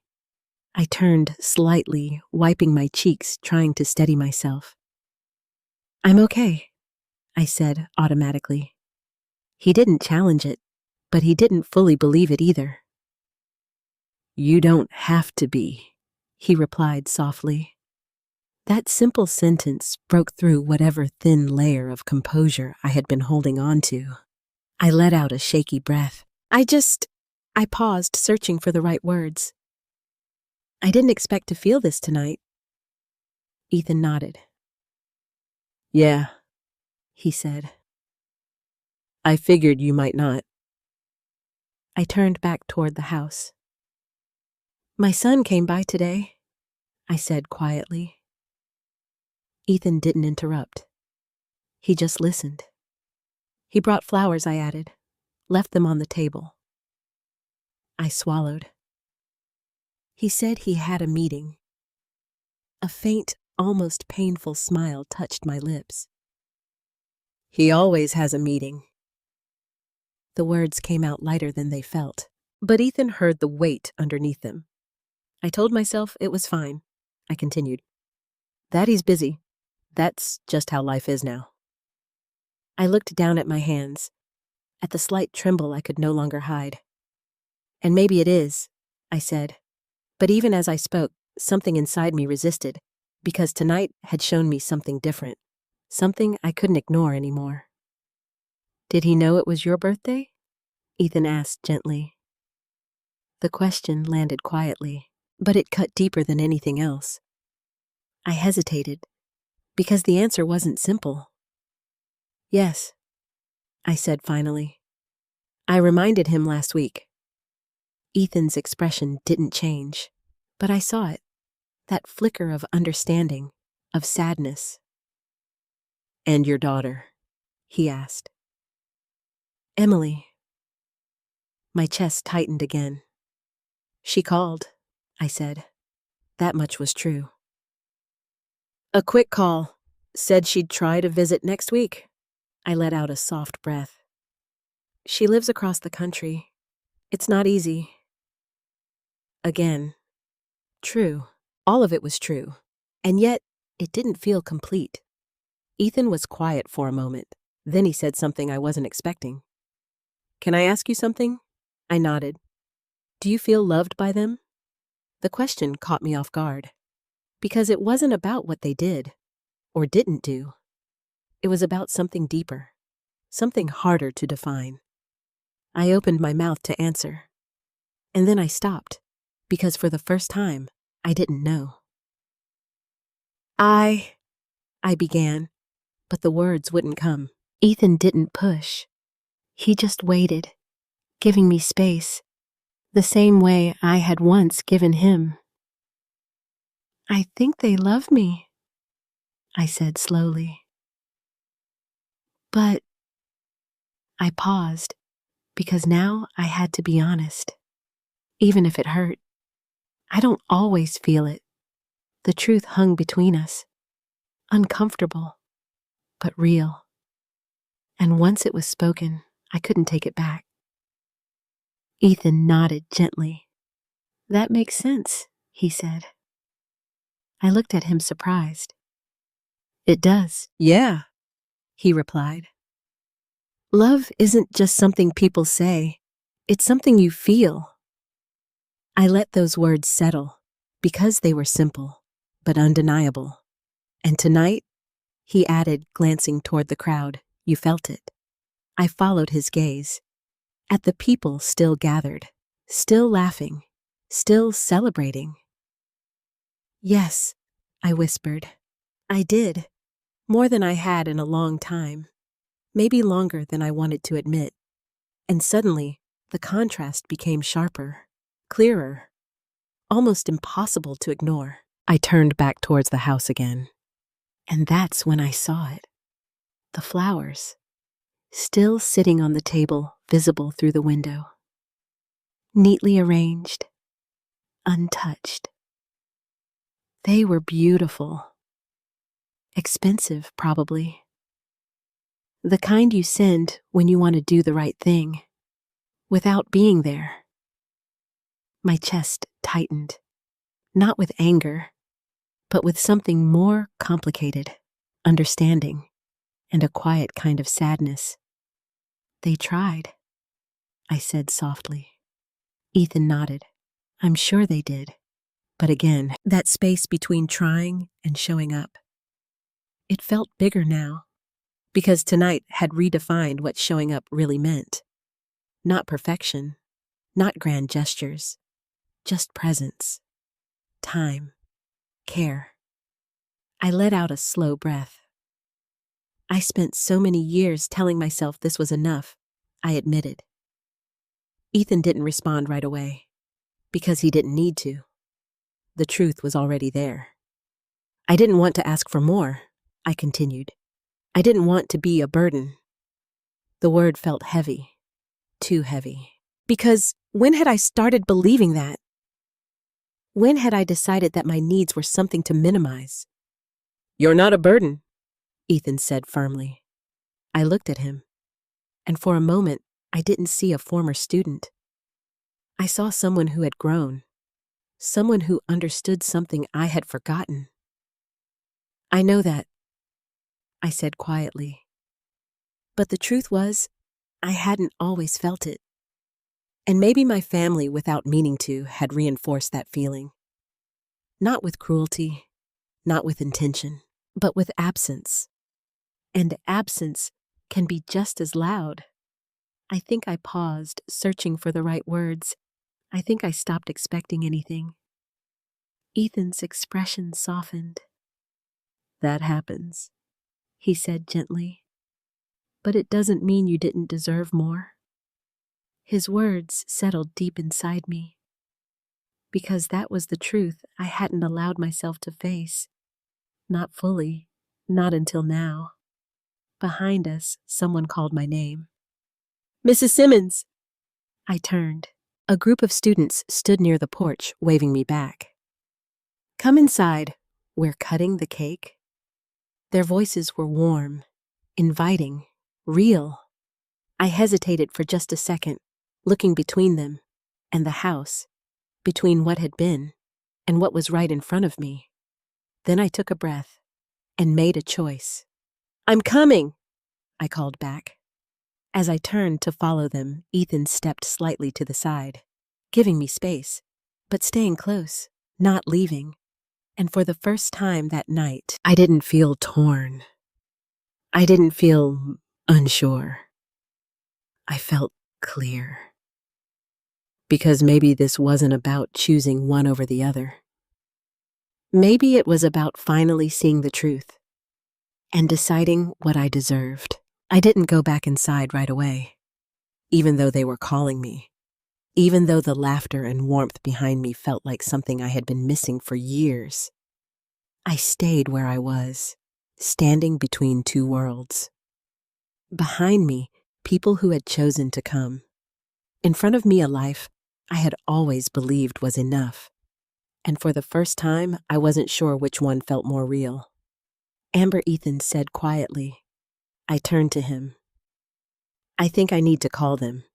He didn't ask who. He already knew. My hands trembled slightly as I reached into my pocket and pulled out my phone. For a moment, I just stared at it, at the screen, at the names I had dialed so many times before. David, Laura. I had always been the one calling first, always the one reaching out.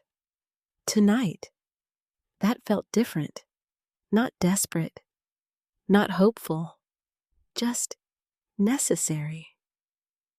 I tapped David's name.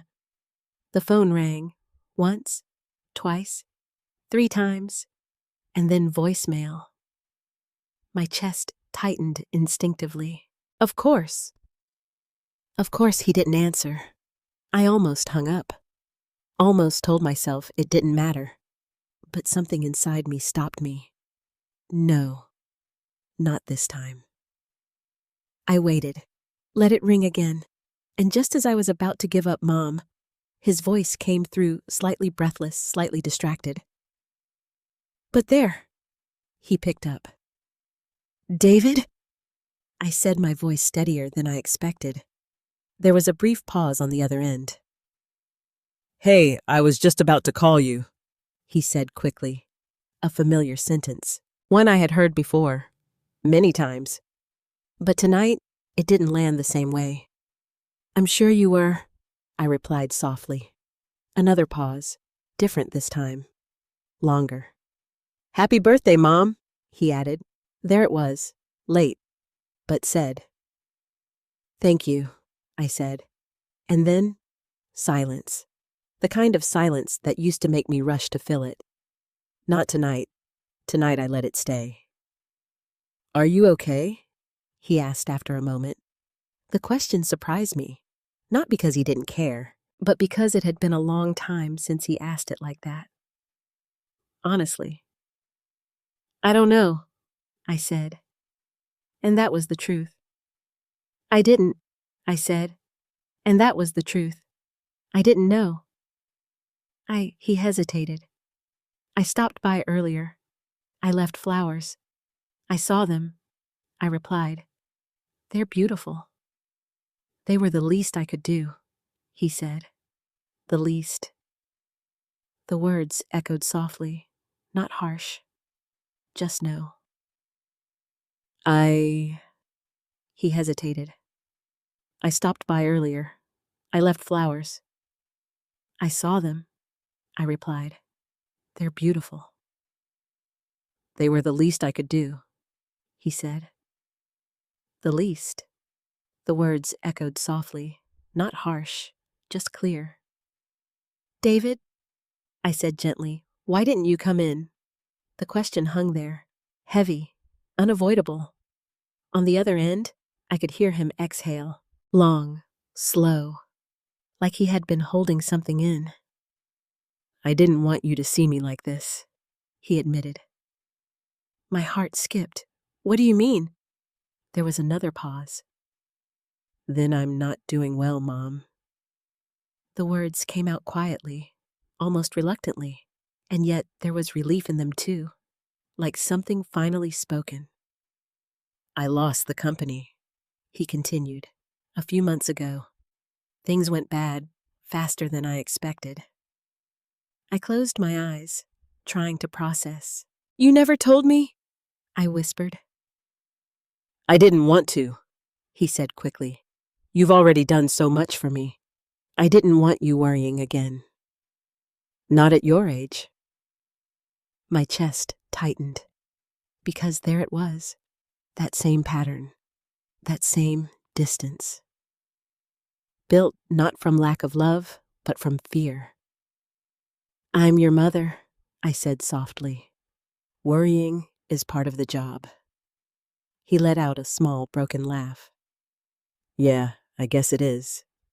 There was a shift in his voice now, less guarded, more real. I didn't come inside because he paused. I didn't want you to ask questions I couldn't answer. My heart ached, because I understood that too well. I didn't need answers, I said. I just needed you. The words came out before I could soften them, and once they were there, they stayed, honest, raw, necessary. On the other end, I heard him inhale sharply. Mom. I wasn't waiting for perfection, I continued. I wasn't waiting for everything to be okay. My voice trembled slightly. I was just waiting for you. Silence. Longer this time, but not empty. Full. I'm sorry, he said finally. And this time, I believed him. I know, I replied, because I did. And for the first time in a long time, that felt enough. Where are you? I asked.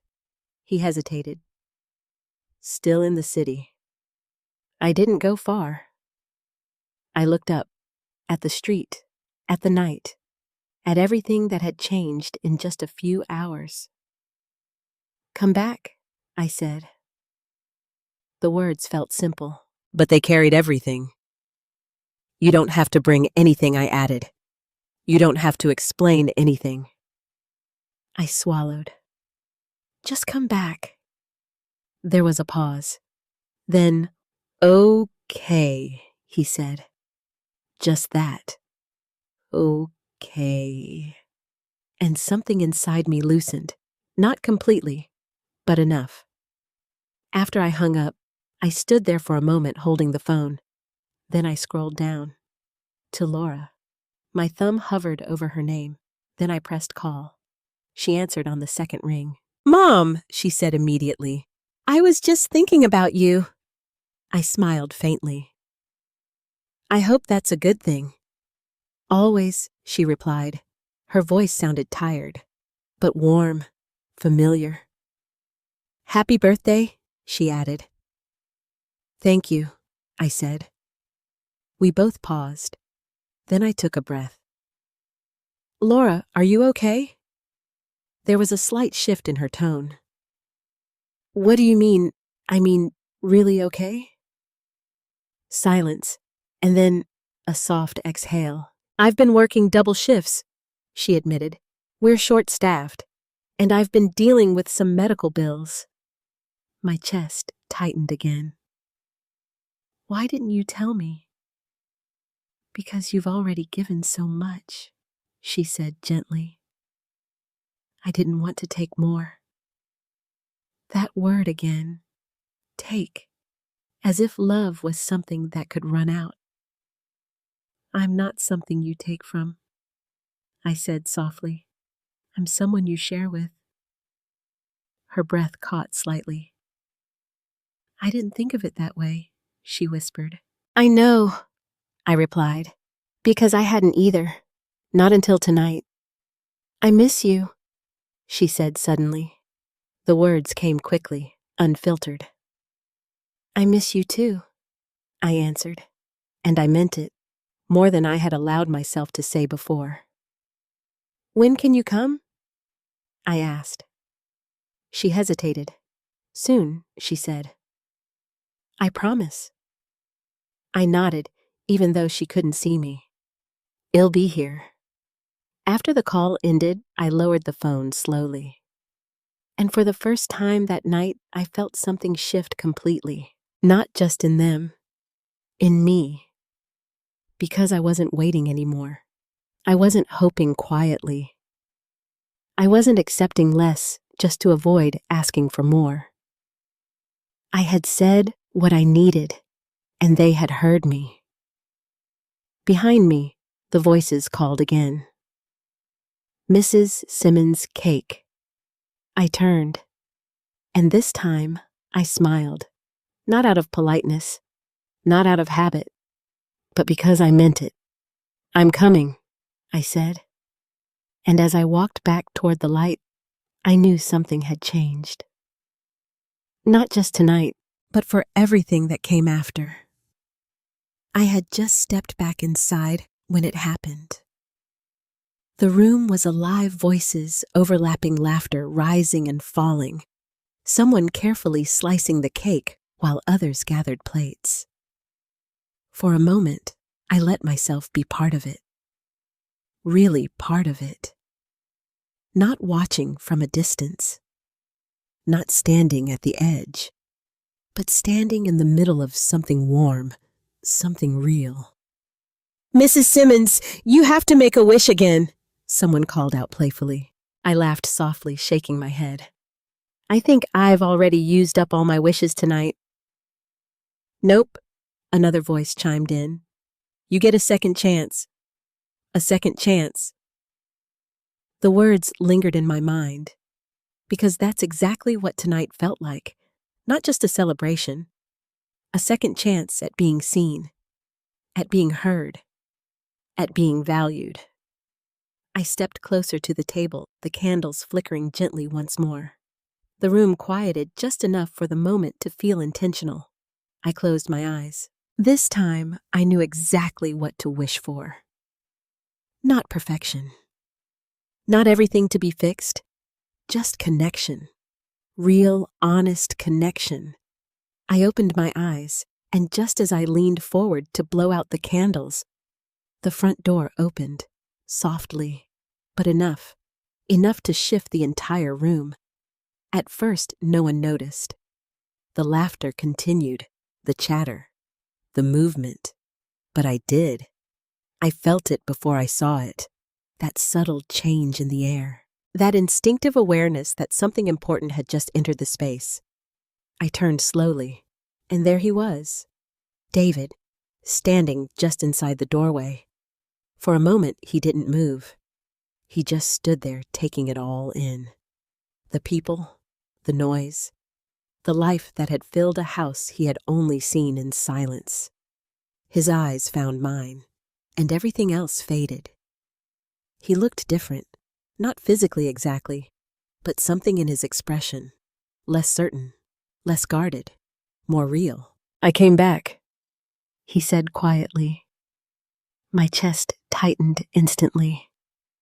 "I see that," I replied, my voice softer than I expected. There was an awkward pause. Not uncomfortable, just unfamiliar, because this version of us, it hadn't existed in a long time. "I didn't know." He gestured slightly around the room. "I didn't know this was happening." "I didn't either," I admitted. A faint, almost hesitant smile touched his lips. "Yeah, I guess that makes two of us." He stepped further inside, slowly, like someone entering a space they weren't sure they belonged in. But no one stopped him. No one questioned him. Because somehow, everyone understood. This mattered. To him. To me. To all of it. "I almost didn't come back," he said after a moment. The honesty in his voice caught me off guard. "But you did," I replied. He nodded. Because of what you said. I held his gaze. What did I say? That you weren't waiting for perfection, he answered. His voice softened. That you were just waiting for me. The words echoed back to me heavier now, because hearing them through him made them real in a different way. I didn't realize he continued, his voice faltering slightly. I didn't realize how far I'd let things go. I took a small step toward him. You didn't let everything go, I said. Just some things. He let out a breath. That's the problem, he admitted. The things I let go of were the ones that mattered most. Silence settled between us again. But this time, it wasn't empty. It was full of understanding, of things finally being said. I was ashamed, he added quietly, of failing, of not being who I thought I should be. I felt my heart ache, because I knew that feeling too well. You didn't fail, I said gently. I did, he replied. Then he looked around the room again. At the people, at the life that had filled the space, and somehow you still didn't. The contrast hung in the air, sharp, clear, unavoidable. I shook my head slowly. This isn't about success, I said. It never was. He looked back at me, then slowly, he stepped forward, and before I could think, he wrapped his arms around me, tight, real, not rushed, not distracted, just present. I froze for half a second. Then I held him back, and in that moment, everything else disappeared. The noise, the people, the years of distance, gone. There was just this, a mother and her son finding each other again. I'm sorry, he whispered. I know, I replied, and I meant it, because I could feel it, not just in his words, but in the way he held on. When we finally pulled apart, I saw something in his eyes I hadn't seen in a long time. Not guilt, not distance, connection, real connection. And then, another voice. Mom! I turned again, and this time, it hit even harder. Laura, standing just behind the doorway, still in her scrubs, hair slightly messy, eyes wide, overwhelmed. You came, I whispered. She nodded quickly, stepping inside. I got the first flight I could, she said. I didn't even go home first. My heart swelled. Because that was showing up. I thought I'd miss it, she added breathlessly. I thought I was too late. You're not, I said, my voice breaking slightly. You're right on time. She didn't hesitate. She crossed the room and pulled me into a hug so tight it almost knocked the breath out of me. I'm sorry, she whispered. I'm so sorry. I held her close, feeling the exhaustion in her body, the emotion, the truth. I know, I said again, because I did. And for the first time in a long time, I didn't feel like I had to carry everything alone, because they were here. Not perfectly, not completely fixed, but present. And that was enough. As we stood there, the room around us slowly came back into focus.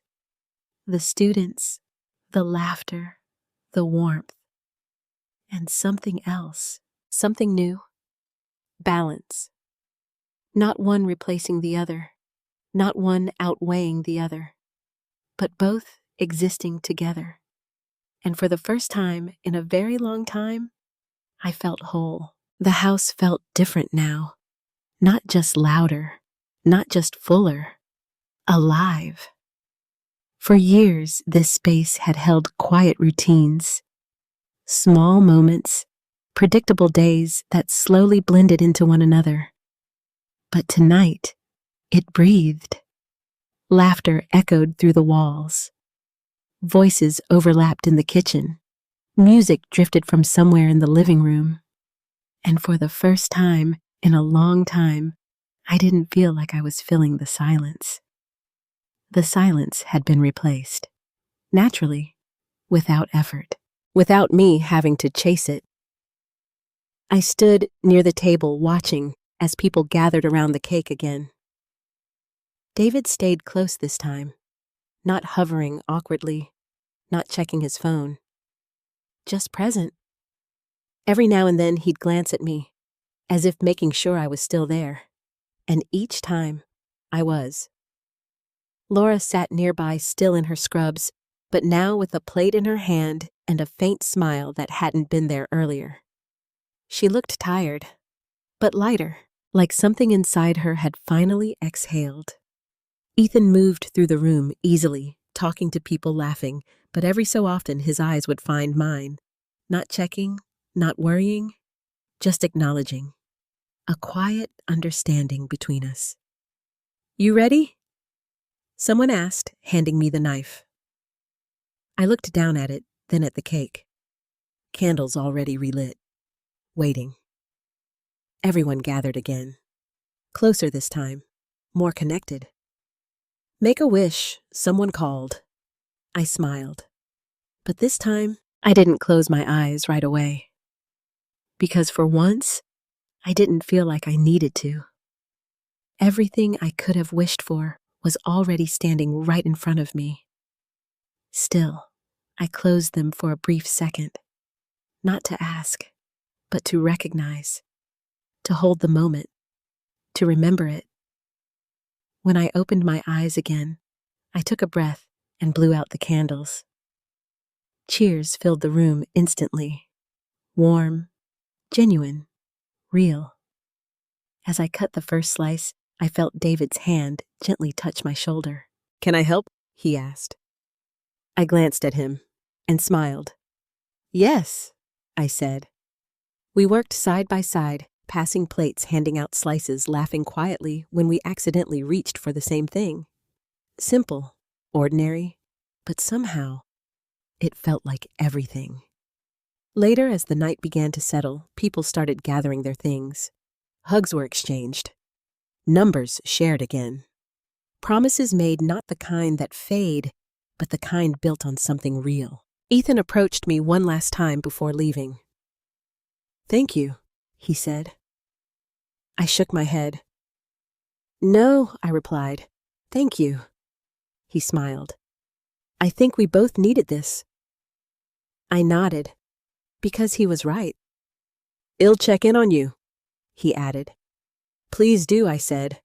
And I meant it, not out of obligation, but because I wanted him in my life.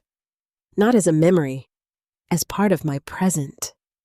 When he finally stepped out the door, I felt a quiet sense of peace. Not loss, not emptiness, just completion. The kind that comes when something has come full circle. By the time the last guest left the house was quiet again, but not the same kind of quiet. This one wasn't heavy. It wasn't lonely. It was calm. David sat on the couch, leaning back, his jacket off now. Laura curled up in the armchair, her eyes half closed but still awake. Neither of them rushed to leave. Neither of them checked the time. We just sat there, together. Mom, David said, after a while. "Yes, I don't want things to go back to the way they were." I looked at him. "Then don't let them," I said gently. He nodded. "I won't." Laura shifted slightly, her voice softer. "Can we start over?" The question hung in the air. Fragile. Hopeful. I didn't answer right away. Not because I didn't know what to say, but because I wanted them to feel it. The weight. The meaning. "Yes," I said finally. We can.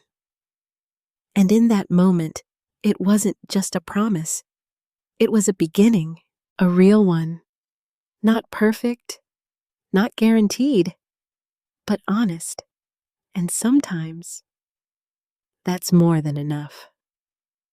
I leaned back in my chair, looking around the room one last time. At the empty plates, the scattered decorations, the lingering warmth. And I realized something I hadn't fully understood before. I hadn't been forgotten. I had just been looking for love in the wrong places. Or maybe not the wrong places, just incomplete ones, because love doesn't always disappear. Sometimes it just waits for the right moment, the right courage, the right truth. And tonight, I had found it again. There comes a point in life, especially later in life, when we quietly start accepting less than we deserve. Not because we want to, but because we don't want to burden the people we love. We tell ourselves, they're busy. We tell ourselves, this is just how life works. We tell ourselves to be grateful for whatever little moments we receive. And slowly, without realizing it, we shrink our expectations. We silence our needs. We convince ourselves that being remembered in small ways is enough. But here's the truth. You are not too much. Your need for connection is not a burden.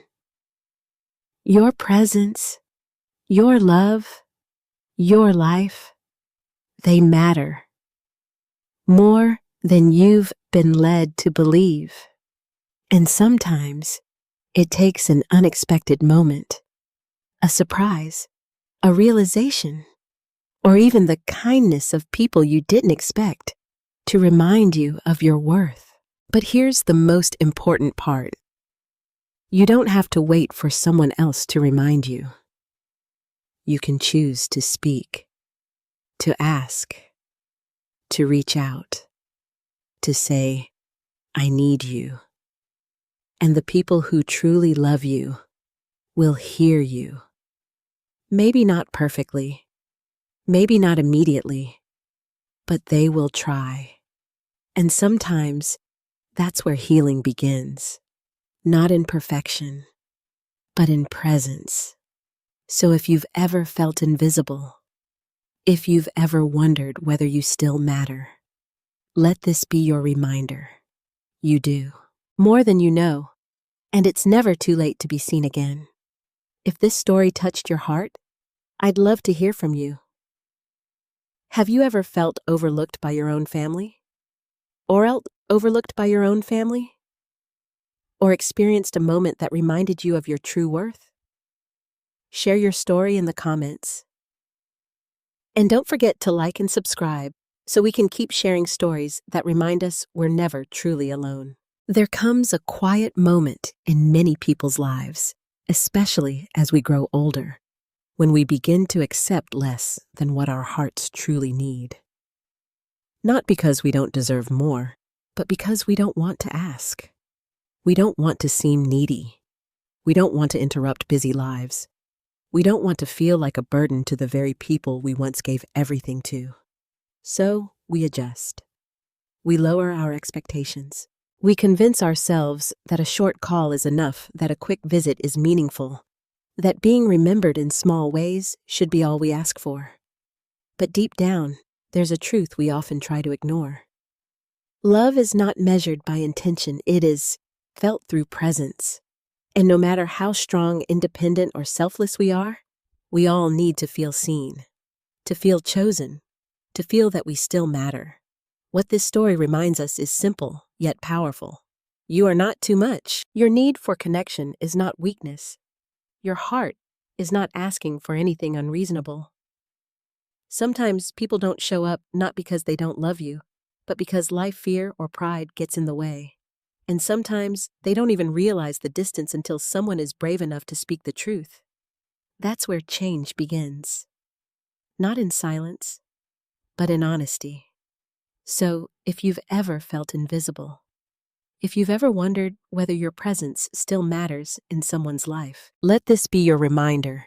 You matter more than you think, and it's never too late to reconnect, to speak up, or to rebuild what feels broken. Now, I'd really love to hear from you. Have you ever experienced a moment where you felt forgotten or unexpectedly valued? How did it change you? Share your story in the comments. I read every single one, and your voice might help someone else feel less alone.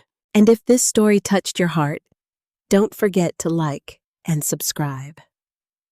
There are so many more stories like this waiting to remind us that even in our quietest moments, we are never truly alone.